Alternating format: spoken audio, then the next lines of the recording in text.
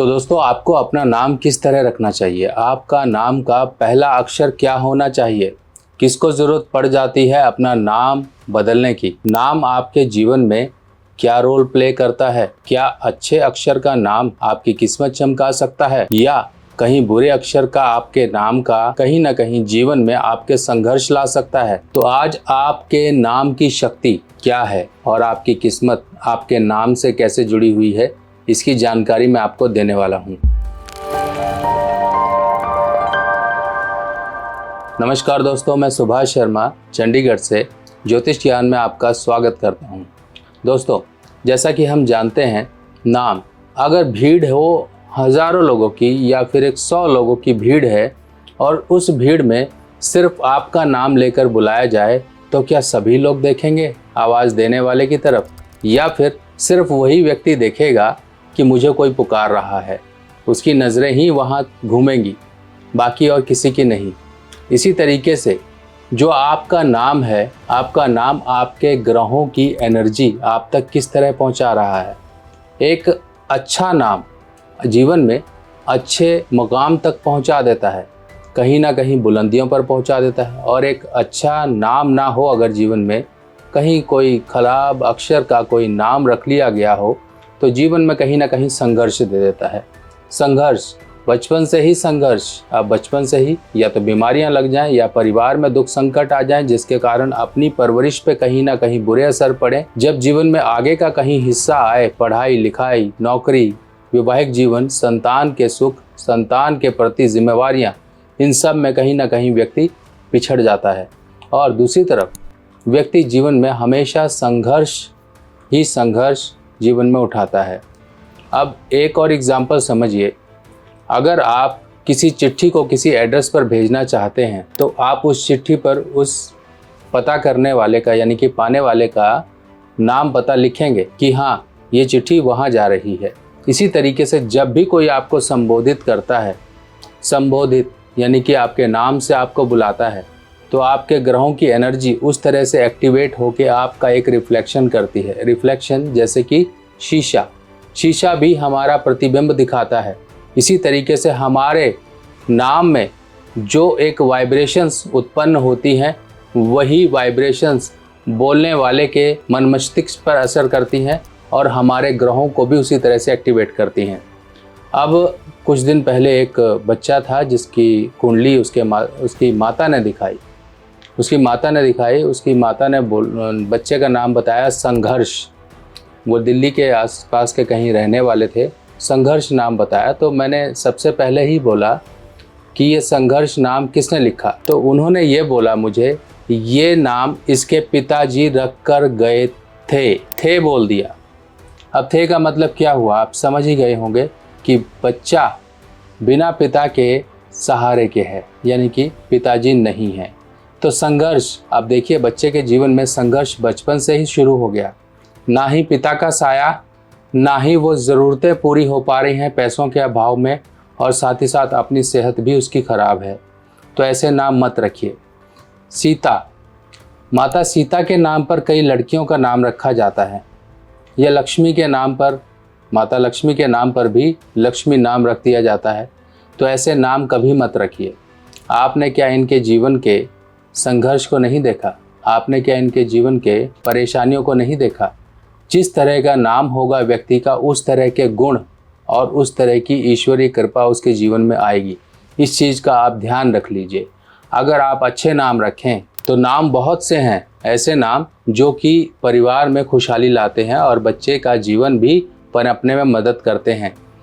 हमारा जन्म होता है किसी स्पेसिफिक ग्रह, नक्षत्र, समय, घड़ी, काल, पल, विपल के अंदर, और यही वो समय होता है जो हमें कहता है कि अगर आप इस समय के अनुसार निकले गए शब्द का आप अपना नाम रख लें, तो आपका जीवन, समझ लीजिए, आपको सभी ग्रहों की जो पावर है, जो मिलनी चाहिए, वो मिलती रहेगी।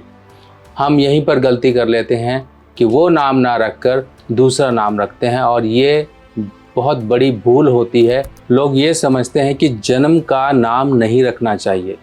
जबकि ये सबसे बड़ी गलती होती है। जन्म का नाम ही आपका एक ऐसा नाम है जो आपके साथ आपके ग्रहों की शक्ति को जोड़ के रखता है, एक प्रोटेक्शन दे के रखता है। हाँ, वो बात अलग है कि आपने हो सकता है कि कोई गलत नाम रख लिया हो जिस वजह से उसके जीवन में परेशानियां रह रही हो, या फिर उसके साथ अनहोनियां, परेशानियां, दिक्कतें आती हों, जिसके कारण आपने नाम बदलकर उसे कोई घर का नाम दूसरा दे दिया। अब नाम बदलकर शादी करने का भी एक उपाय आता है। वो उपाय इसीलिए आता है कि आपके नाम के साथ जुड़ी हुई जो परेशानियां हैं वो पीछे रह जाएं, और शादी करने के बाद लड़का और लड़की के ग्रह चेंज हो जाते हैं। यानी कि वो जो परेशानियां होती हैं वो फेरों के साथ ही पीछे रह जाती हैं और एक नया जीवन स्टार्ट होता है। जब भी किसी की कुंडली में शुक्र चौथे भाव में हो, राहु पांचवें भाव में हो, तब इस केस में ये कहा जाता है कि अपने जीवन साथी से दोबारा आप नाम बदलकर विवाह कर लें या फेरे ले लें, अगर आपके जीवन में परेशानियां ज़्यादा हैं और ये लक्षण स्टार्टिंग में दिखते हैं, और उसी समय अगर ये आप स्टेप उठा लो तो आपके जीवन में परेशानी नहीं आएगी। अन्यथा जब परेशानियां आ जाती हैं तब शादी करने का मौका भी नहीं मिलता है, यहाँ तक कि बात भी नहीं कर पाते हैं। इसीलिए अगर कुंडली में ऐसे योग हैं तो पहले से ही सजग रहिए, और कहीं पर मौका मिल जाए, कोई मान लो बर्थडे आ गया, सालगिरह आ गई, कुछ भी ऐसा मौका है, घर में पुजारी आए हैं या फिर आप कहीं धर्म स्थान में गए हैं, तो पुजारी से बोलिए एक छोटा सा आयोजन कर दीजिए, हमारे दोनों के फेरे करवा दीजिए, नाम बदल कर। अपने नाम बदल लीजिए, हस्बैंड वाइफ घर के कोई भी टिंकू पिंकू चीकू पीकू कुछ भी रख लीजिए, जो आपको पसंद हो वो रख लीजिए और अपनी शादी कर लीजिए। देखिए आपके जीवन के दोष कैसे दूर रहेंगे। बाकी और उपाय होते हैं वो कुंडली स्पेसिफिक होते हैं, पर ये जो जनरल उपाय है ये कोई भी कर सकता है। अब जब भी आपकी किस्मत खराब रहे नाम के कारण, आपको लगे कि मेरा नाम बहुत ही परेशानी वाला है, तब बड़े हो गए हो, कागजों में नाम आ गया, तब नाम नहीं बदल सकते हो, उस समय क्या करना होता है? उस समय ये करना होता है कि अब जो हमारे ऊपर बुरे प्रभाव हमारे ग्रहों के पड़ रहे हैं उनको सही किया जाए, और उनको सही करने के बहुत से रास्ते हैं। यानी कि बोल बाणी आपके शनि और आपके बुध दोनों को अच्छा सही करने के लिए इस तरह से स्टील का छल्ला आप पहन सकते हो, और जिसके बारे में अभी कुछ दिन पहले मैंने वीडियो भी बनाया था, ये है वो फिरोज़ा रत्न।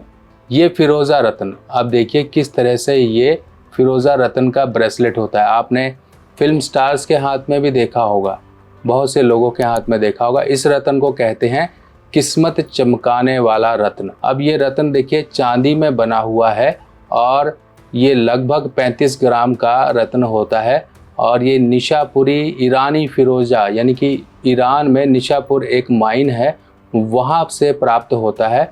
और इस तरह से आप ये फिरोज़ा रत्न को पहनिए। फिरोज़ा रत्न को अपनी कलाई में इस तरह से आप पहन लीजिए। देखिए आपको किस तरह से, एक तो ये फिरोज़ा की शक्ति के कारण, फिरोज़ा ये आसमानी कलर का होता है, इसमें थोड़ा सा डार्क भी कलर हो सकता है और थोड़े बहुत इसमें पायराइट्स होते हैं। इस तरह से आपको ये सेंटर में थोड़े थोड़े निशान दिखाई दे रहे होंगे। ये ईरान के फिरोज़ा की खासियत है, और इसमें इस तरह से थोड़े से मिनरल डिपॉजिट होने के कारण थोड़ा सा इस तरह से निशान आ जाते हैं। और ये निशान होना ये प्राकृतिक इस तरह से स्टोन होने का सूचक है।